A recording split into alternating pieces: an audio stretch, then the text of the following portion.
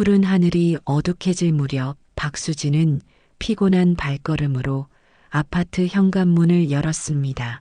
홍보팀 팀장이라는 직책은 그녀에게 화려한 명함을 선사했지만 그만큼 무거운 책임감도 함께 안겨주었죠. 오늘도 어김없이 야근을 마치고 돌아온 수진의 얼굴에는 피로가 가득했습니다. 현관 신발장에 구두를 넣으며 문득 귓가에 들려오는 소리, 부엌에서 들려오는 식기 부딪히는 소리가 그녀의 미간을 찌푸리게 만들었어요. 다녀왔습니다. 시어머니 이정숙의 목소리가 부엌에서 들려왔습니다. 이제 들어왔구나. 밥 차려놨으니 얼른 먹어. 수지는 깊은 한숨을 내쉬었습니다. 남편 조연석이 해외 지사로 파견된 지 벌써 넉 달째. 그가 없는 빈자리를 채우겠다며 시어머니가 찾아와 함께 지내기 시작한 건 대체 누구의 결정이었는지 기억조차 나지 않았어요. 처음엔 잠시겠거니 했지만 시간이 흐를수록 임시라는 단어가 영구로 변해가는 느낌이었습니다. 식탁에 앉은 수지는 밥그릇을 들었지만 입맛이 없었어요. 오늘도 복잡한 업무에 시달리다 보니 식욕이 사라졌습니다. 하지만 시어머니 앞에서 밥을 남길 수는 없었죠. 그녀의 잔소리가 또 시작될 테니까요. 요즘 회사는 어떠니? 얼굴이 많이 야위었네. 괜찮아요. 다들 바쁘게 지내고 있으니까요. 현석이랑은 통화했니? 오늘 전화가 왔더라고. 내가 전화를 안 받는다며 걱정하더구나. 수진의 손에 쥐어진 젓가락이 잠시 멈췄습니다. 바빠서 못 받았어요. 나중에 전화할게요. 정숙은 수진을 물끄러미 바라보았습니다. 요즘 젊은 사람들은 다들 바쁘다는 말뿐이야. 가족이 우선인데. 수진은 그녀의 말이 끝나기도 전에 숟가락을 내려놓았습니다. 식사 잘했습니다. 내일 아침 일찍 회의가 있어서 먼저 들어가 볼게요. 방으로 들어간 수진은 침대에 몸을 던지며 천장을 바라보았어요. 이런 생활이 얼마나 더 계속되어야 할까요? 남편이 돌아온다 해도 시어머니가 자기 집으로 돌아갈 거라는 보장이 없었습니다. 창문 너머로 보이는 밤하늘의 별들이 차갑게 빛났어요. 수지는 스마트폰을 열어 남편에게 문자를 보냈습니다. 언제 돌아와? 이대로는 못 살겠어. 화면을 끄고 다시 천장을 바라봤습니다. 성공. 그것만을 바라보며 달려온 자신의 인생. 대기업 홍보팀 팀장이라는 자리까지 올라왔지만 정작 자신의 삶은 조금도 통제할 수 없다는 사실이 견디기 힘들었어요. 시어머니가 자신의 공간을 침범하고 자신의 시간을 빼앗고 자신의 결정권마저 간섭하는 상황이 너무 견디기 힘들었습니다. 잠시 후 그녀의 눈에 한 줄기 결심이 깃들었어요. 이대로는 안 되겠다. 무언가 변화가 필요했습니다. 시어머니 정숙과의 동거는 끝내야 했어요. 하지만 어떻게? 수지는 머릿속으로 여러 가능성을 검토하기 시작했습니다. 그리고 스마트폰을 다시 열어 검색창에 타이핑했어요. 정신병원 입원 절차. 이틀 후 회사 화장실에서 수지는 거울 속 자신의 모습을 오랫동안 바라보았습니다. 오늘 그녀는 중요한 결정을 내렸어요. 동료에게 추천받은 정신건강의학과 의사를 만나고 온 참이었죠. 거울 속 수진의 눈빛은 어딘가 냉정했어요. 한참을 들여다보던 그녀는 조용히 입술을 열었습니다. 이게 최선이야. 그날 저녁 수진은 평소보다 일찍 귀가했어요. 시어머니 정숙은 거실에서 텔레비전을 보고 있었습니다. 수진은 그녀 앞에 앉았죠. 어머니, 잠시 이야기 좀 할까요? 정숙은 의아한 표정으로 텔레비전 볼륨을 줄였습니다. 무슨 일이니? 사실은 어머니에 대해 걱정이 좀 돼요. 요즘 이상한 행동을 많이 하시는 것 같아서. 정숙의 표정이 굳어졌어요. 무슨 소리야? 내가 언제 이상한 행동을 했다는 거니? 수지는 준비해온 듯 차분한 목소리로 말을 이어갔습니다. 밤중에 현관문을 열어두시고 가스레인지도 켜놓은 채로 나가시고 어제는 이웃집에 가서 당신 집이라고 우기셨다면서요? 뭐라고? 말도 안 되는 소리. 그런 적 없어. 수지는 슬픈 듯한 표정을 지으며 정숙의 손을 잡았어요. 어머니, 괜찮아요. 치매 초기 증상일 수도 있으니 병원에 가보는 게 어떨까요? 제가 알아본 좋은 병원이 있어요. 정숙의 얼굴이 창백해졌습니다. 그녀는 손을 빼며 자리에서 벌떡 일어났어요. 말도 안 돼. 나는 멀쩡해. 그런 헛소리 하지 마. 수지는 냉정한 표정으로 서랍에서 서류 봉투를 꺼냈습니다. 이거 어머니가 그동안 보여주신 이상행동에 대한 기록이에요.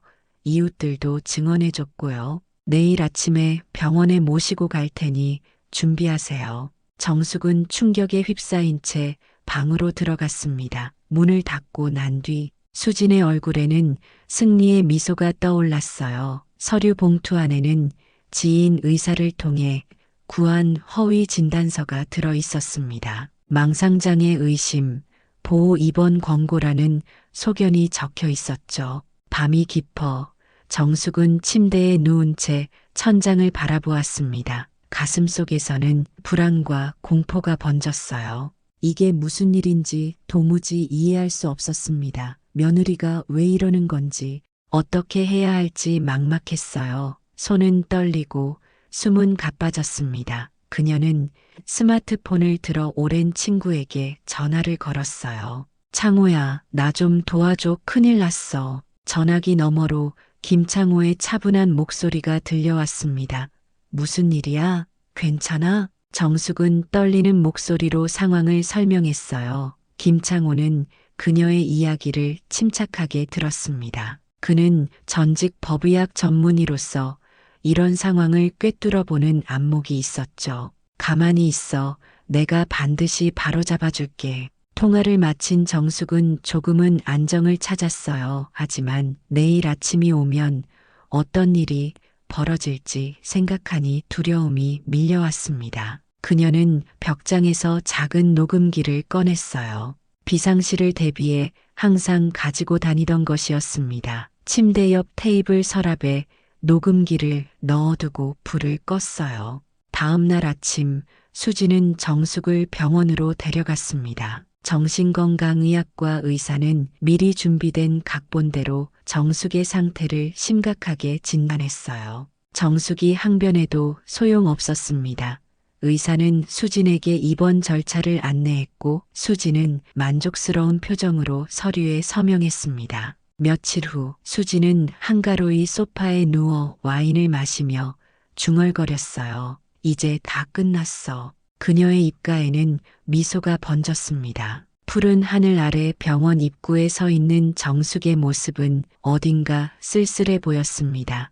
허리는 꼿꼿했지만 눈가의 주름은 깊어진 듯했어요. 그녀는 이제 자신을 낯설게 바라보는 의료진과 환자들 사이에서 하루하루를 보내야 했습니다. 정숙은 가끔 창밖을 바라보며 깊은 한숨을 내쉬곤 했죠. 자신이 정상이라고 아무리 주장해도 모두가 그녀를 망상장애 환자로만 바라보는 현실이 답답했어요. 그러던 어느 날 면회 시간에 김창호가 찾아왔습니다. 그는 병실 문 앞에서 주변을 살피며 조용히 들어왔어요. 마주 앉은 두 사람의 표정은 진지했습니다. 어떻게 지내? 정숙은 고개를 저었어요. 말도 마. 내가 평생 살면서 이렇게 억울한 적은 처음이야. 창호는 잠시 침묵하더니 작은 목소리로 말했습니다. 걱정 마. 모든 준비는 끝났어. 이제 곧 시작될 거야. 무슨 준비? 무엇이 시작된다는 거야? 창호는 미소를 지었습니다. 그 미소는 따뜻하면서도 어딘가 차가운 느낌이 들었어요. 그동안 너희 며느리의 행적을 모두 조사했어. 허위 진단서는 물론이고 그 밖의 불법 행위까지 전부 증거를 확보했지. 정숙의 눈이 커졌습니다. 정말? 창호는 고개를 끄덕였어요. 너희 며느리가 의사 친구에게 부탁해서 거짓 진단서를 발급받은 정황도 잡았고 이웃들에게 거짓 증언을 부탁한 내용도 녹음했어. 심지어 그녀의 회사 동료들에게서도 관련 진술을 확보했지. 정숙은 믿기지 않는다는 표정으로 창호를 바라보았습니다. 어떻게? 내가 20년 넘게 법의학 분야에서 일했어. 증거 수집은 내 전문이잖아. 창호는 자신감 있게 말했어요. 그리고 나에겐 병원 내부에도 친구들이 있지. 며칠 내로 너는 이 병원에서 나갈 수 있을 거야. 정숙의 얼굴에 희망이 피어났습니다.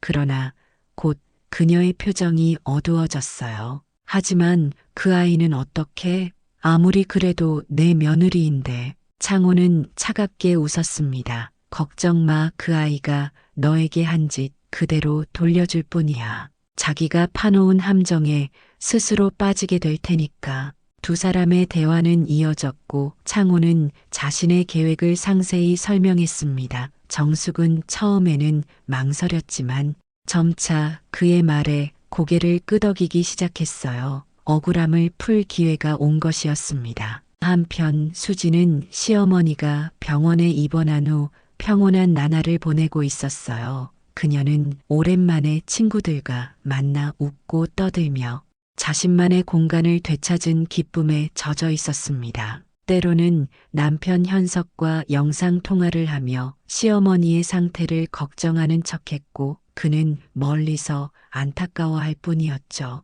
여보, 걱정 마, 어머니 상태가 좋아지면 곧 퇴원하실 거야. 내가 잘 돌볼게. 수지는 통화를 마치고 와인잔을 기울이며 혼자 웃었어요. 그녀의 계획은 완벽했습니다. 시어머니는 당분간 병원에서 지내다가 퇴원 후에는 요양원으로 보낼 생각이었죠. 남편에게는 어머니의 상태가 심각해져 전문적인 돌봄이 필요하다고 설득할 예정이었습니다. 그러나 수지는 알지 못했어요. 자신의 뒤에서 어떤 계획이 착착 진행되고 있는지, 그리고 그것이 자신의 인생을 어떻게 뒤바꿔 놓을지를. 며칠 후 병원 원장실에서는 긴급 회의가 열렸습니다. 창호가 제출한 증거들을 검토한 원장은 충격에 빠졌어요. 그는 법무팀을 불러 대책을 논의했고 결국 정숙의 즉각적인 퇴원과 함께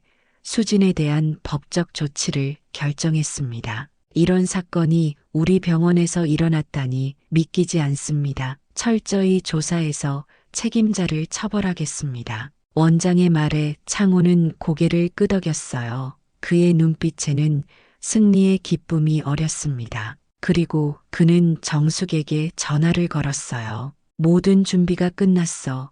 이제 시작이야. 화창한 토요일 오후 수지는 거실 소파에 편안히 앉아 잡지를 넘기고 있었습니다. 시어머니 정숙이 병원에 있은 지 이제 열흘째. 집안은 평화롭고 조용했어요. 수지는 오랜만에 자신만의 시간을 온전히 즐기고 있었습니다. 차분히 음악을 듣고 좋아하는 책을 읽고 친구들과 수다를 떨며 보내는 시간이 그녀에겐 천국 같았죠. 갑자기 초인종 소리가 울렸습니다. 예상치 못한 방문객에 수지는 미간을 찌푸렸어요. 초인종은 계속해서 신경질적으로 울려대었습니다. 그녀는 마지못해 일어나 현관으로 향했어요. 누구세요? 대답 대신 문 밖에서 들려오는 웅성거림. 수지는 의아한 표정으로 현관문을 열었습니다. 그 순간 그녀의 얼굴에서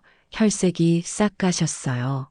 하얀 의사 가운을 입은 3명의 건장한 남자들이 서 있었거든요. 그들은 의사라기보다는 경호원이나 보안요원처럼 보였습니다. 짧은 스포츠 머리에 근육질, 몸매, 가운 아래로 드러난 문신까지. 수지는 불길한 예감에 말문이 막혔어요. 박수진 씨 맞으십니까? 수지는 천천히 고개를 끄덕였습니다. 불안감이 등을 타고 올라왔어요. 보호 입원 대상자로 등록되어 있습니다. 저희를 따라오셔야 합니다. 순간 수진의 눈이 커졌습니다. 뭐라고요? 무슨 소리예요? 저 아니에요. 중앙에 선 남자가 서류 봉투를 내밀었어요. 여기 입원 명령서가 있습니다. 보시겠어요? 수지는 떨리는 손으로 서류를 펼쳤습니다. 그녀의 이름과 주소, 그리고 망상 장애, 보호자 폭력 증상이라는 진단명이 선명했어요. 수지는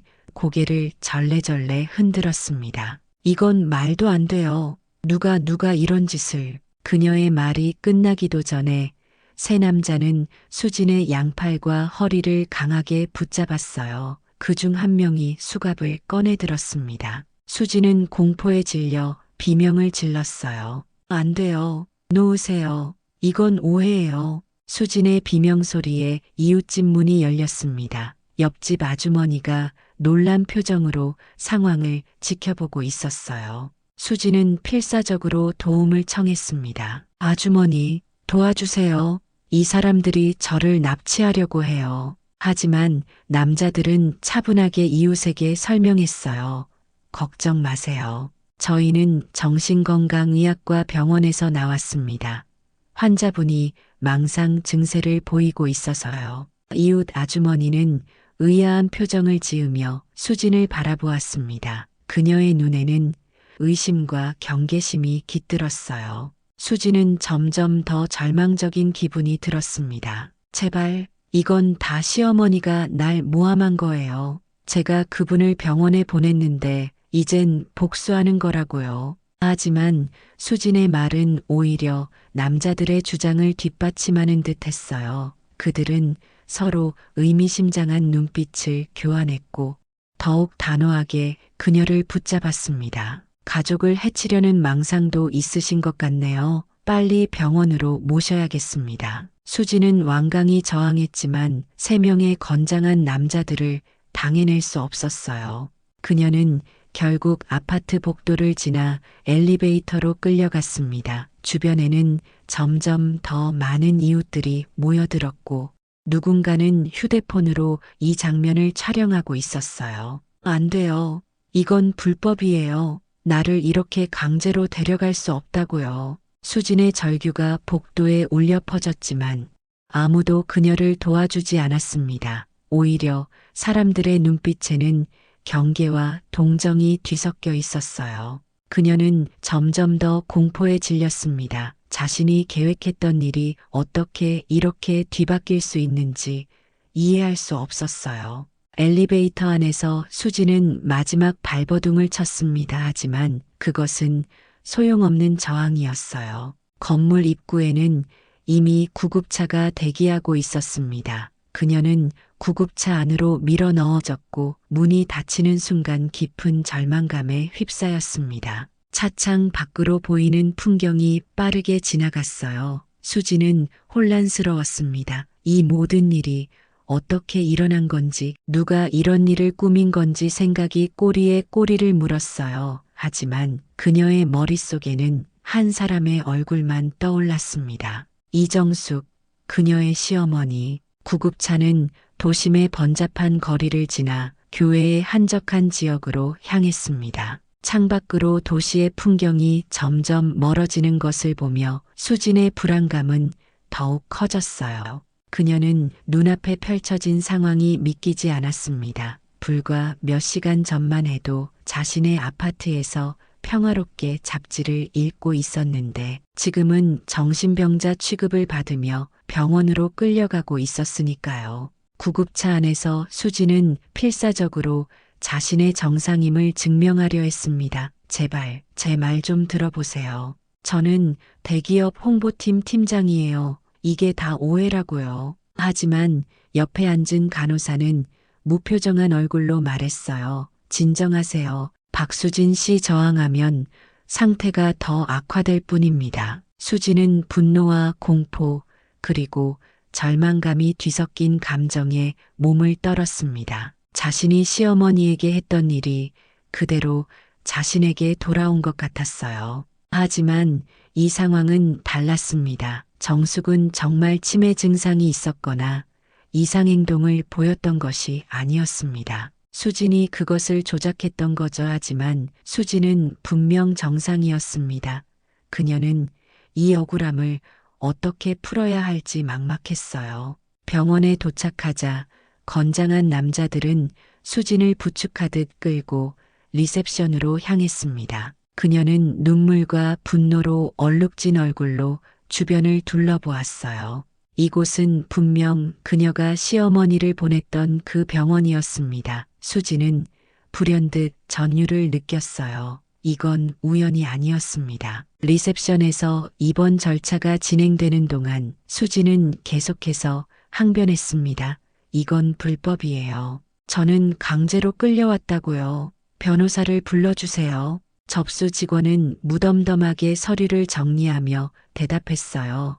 환자분들은 다 그렇게 말씀하세요. 일단 의사 선생님 진료부터 받아보시지요. 수지는 부들부들 떨리는 목소리로 말했습니다. 제 휴대폰을 돌려주세요. 전화 한 통만 하게 해주세요. 하지만 그녀의 요청은 무시되었습니다. 남자들은 수진을 병실로 안내했고 그곳에서 그녀는 처음으로 완전히 무력감을 느꼈어요. 문이 닫히고 혼자 남겨진 순간 수지는 침대에 주저앉아 울음을 터뜨렸습니다. 바로 그때 소셜미디어에서는 그녀가 병원으로 끌려가는 영상이 빠르게 퍼지고 있었어요. 며느리 정신병원 끌려감, 시어머니 입원시킨 며느리의 최후 같은 자극적인 제목과 함께요. 영상 속 수진의 모습은 처참했습니다. 그녀의 절규와 저항, 공포에 질린 표정이 고스란히 담겨 있었어요.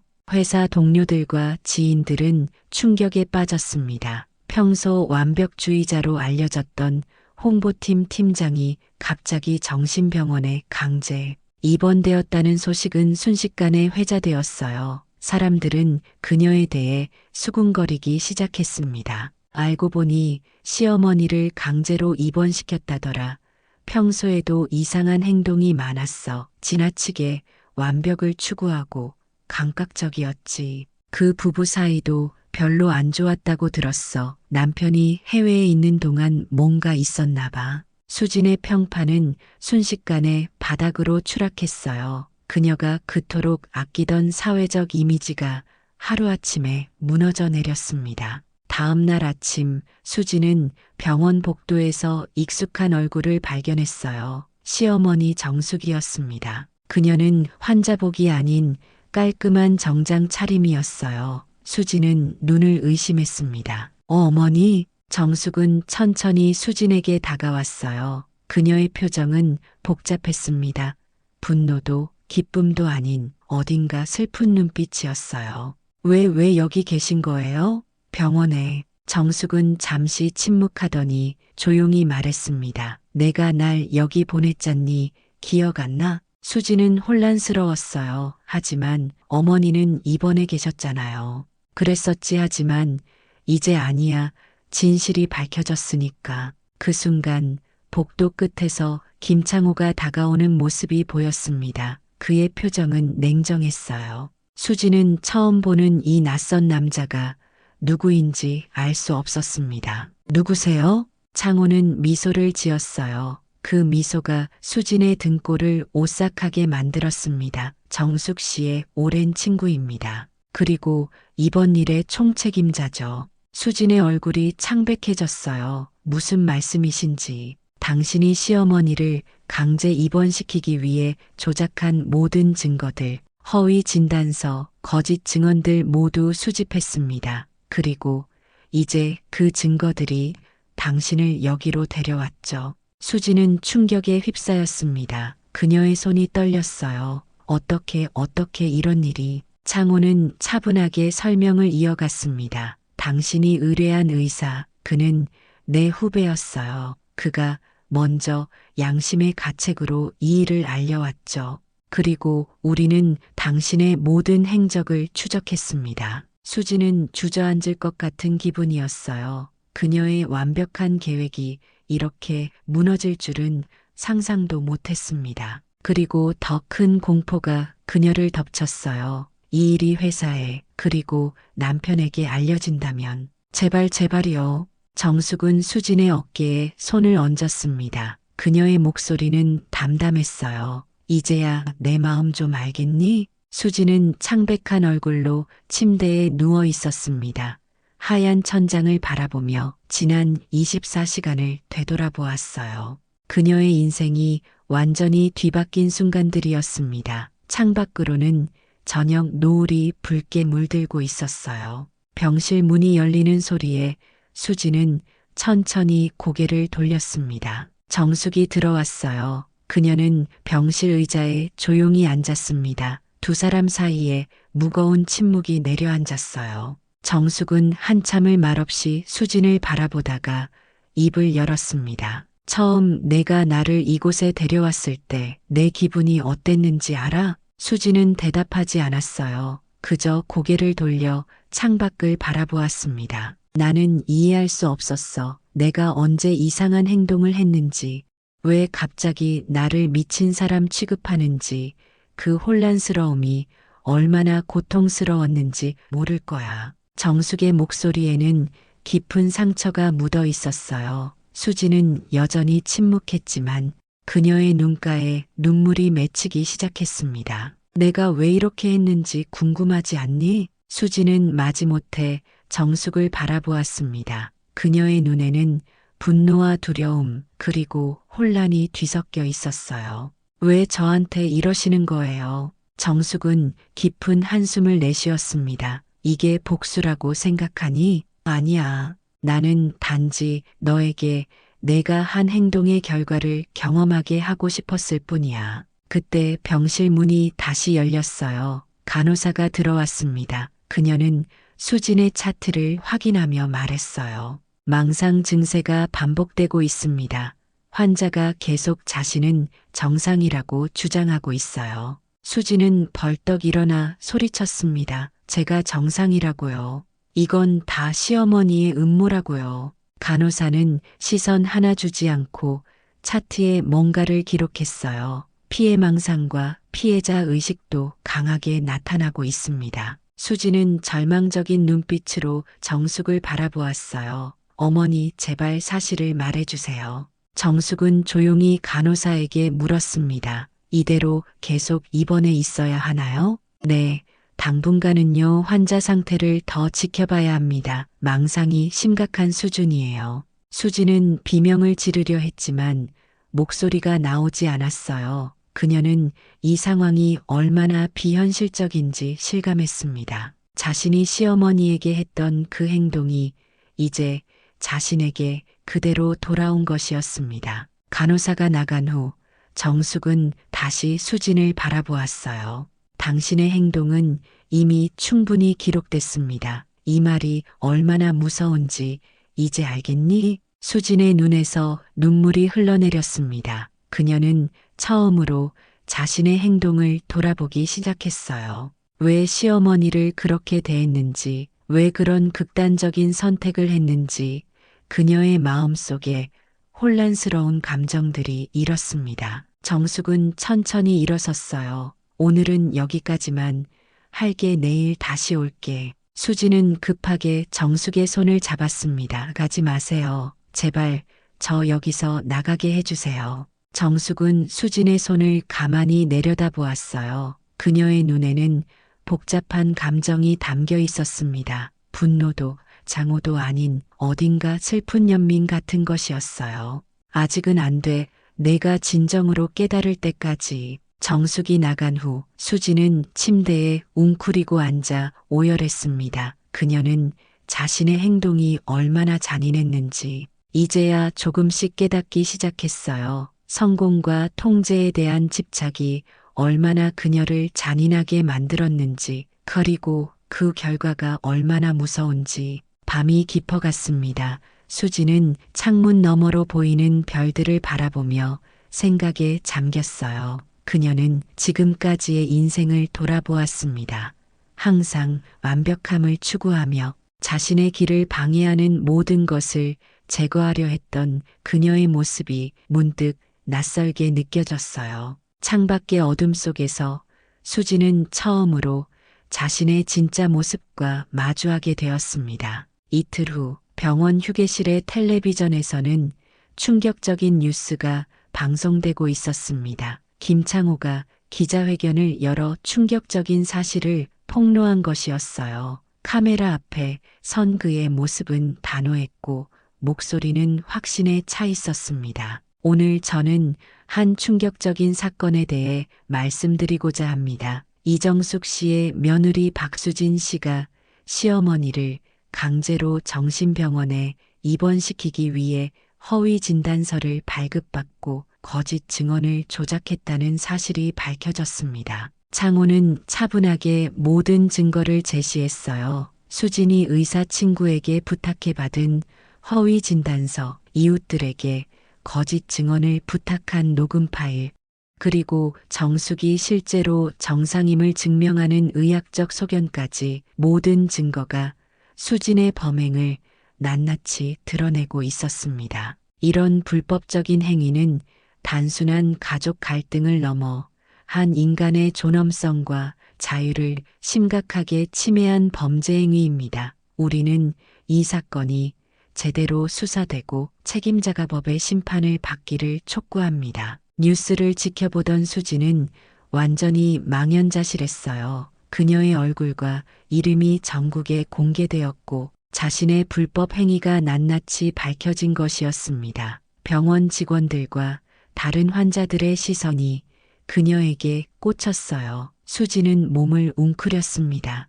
이제 모든 것이 끝났다는 생각이 들었어요. 그날 오후 병원 원장이 수진을 자신의 사무실로 불렀습니다. 원장 앞에는 정숙과 창호 그리고 2명의 경찰관이 앉아 있었어요. 수진은 공포에 질려 의자에 앉았습니다. 원장은 차분하게 말했어요. 박수진 씨, 당신의 입원은 취소되었습니다. 하지만 경찰에서 당신의 불법 행위에 대해 조사하고자 합니다. 경찰관 중 한 명이 수진에게 다가왔어요. 박수진 씨, 허위 진단서 발급 교사, 감금, 명예훼손 등의 혐의로 조사가 필요합니다. 저희와 함께 가주시겠습니까? 수진은 믿을 수 없다는 표정으로 주변을 둘러보았습니다. 그녀의 눈에 눈물이 고였어요. 이게 다 무슨 일이죠? 창호가 냉정하게 말했습니다. 당신이 저지른 일의 결과예요. 법적으로도 도덕적으로도 용납될 수 없는 행동이었습니다. 수지는 정숙을 바라보았어요. 그녀의 눈빛에는 애원이 담겨 있었습니다. 어머니 제발. 정숙은 한참을 침묵하다가 말했어요. 법적인 처벌은 내가 받아야 할 부분이야 하지만 그녀는 경찰관들을 바라보며 말을 이었습니다. 저는 며느리를 고소하지 않겠습니다. 그녀가 저에게 한 일에 대해 개인적으로는 용서하고 싶어요. 수지는 놀란 눈으로 정숙을 바라보았어요. 창호도 의아한 표정이었습니다. 정숙 씨, 정말 그렇게 하시겠어요? 그녀가 당신에게 한 일을 생각하면. 정숙은 고개를 끄덕였어요. 복수는 복수를 낳을 뿐이에요. 이미 그녀는 충분한 교훈을 얻었다고 생각합니다. 하지만 경찰관은 단호했습니다.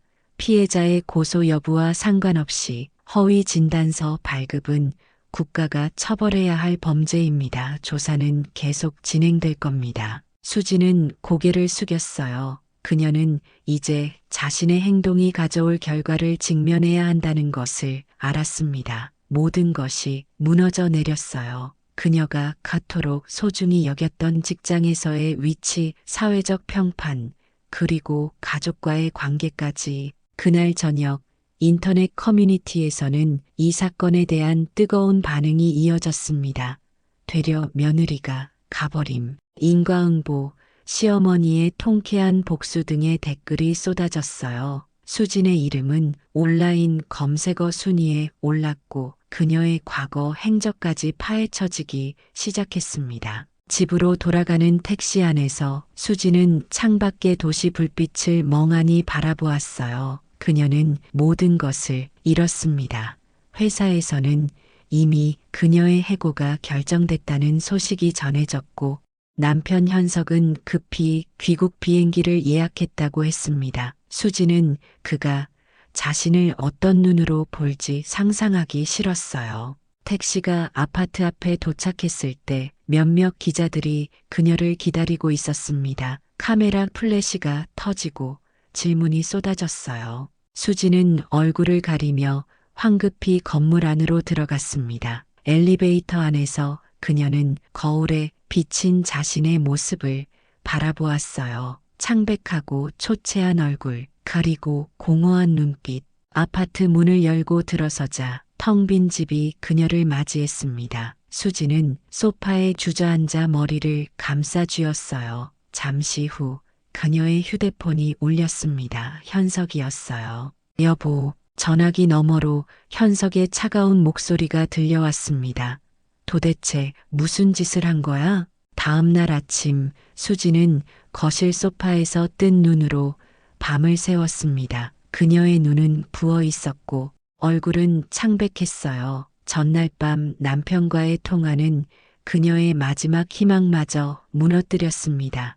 현석은 그녀의 행동을 이해할 수 없다며 귀국 후 이혼을 검토하겠다고 했어요. 수지는 모든 것을 잃어버린 듯한 공허함을 느꼈습니다. 초인종 소리에 수지는 천천히 일어났어요. 문을 열자 정숙이 서 있었습니다. 그녀의 표정은 평온했지만 눈빛에는 깊은 슬픔이 묻어 있었어요. 들어와도 될까? 수지는 말없이 문을 활짝 열었습니다. 두 사람은 거실 소파에 나란히 앉았어요. 긴 침묵이 이어졌습니다. 마침내 정숙이 입을 열었어요. 어제 현석이랑 통화했니? 수지는 고개를 끄덕였습니다. 그녀의 눈에 눈물이 고였어요. 이혼하자고 했어요. 정숙은 깊은 한숨을 내쉬었습니다. 그 아이도 많이 혼란스러울 거야.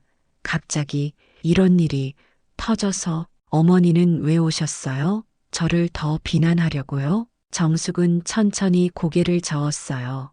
아니야, 이제 비난은 충분히 했어. 오늘은 다른 이야기를 하러 왔어. 수지는 의아한 표정으로 정숙을 바라보았습니다. 정숙은 조용히 말을 이어갔어요. 내가 널 병원에 보낸 건 내가 나를 보낸 것처럼 널 고통스럽게 하려는 게 아니었어. 단지 내가 깨닫기를 바랐던 거야. 내 행동이 얼마나 잘못됐는지, 그것이 다른 사람에게 얼마나 큰 상처를 줄 수 있는지. 수지는 눈물을 참으며 정숙의 말을 들었어요. 그녀의 마음속에는 후회와 부끄러움이 가득했습니다. 그리고 나도 사과해야 할 부분이 있어. 수지는 놀란 눈으로 정숙을 바라보았어요. 정숙은 진심 어린 목소리로 말했습니다. 나도 너에게 좋은 시어머니는 아니었어.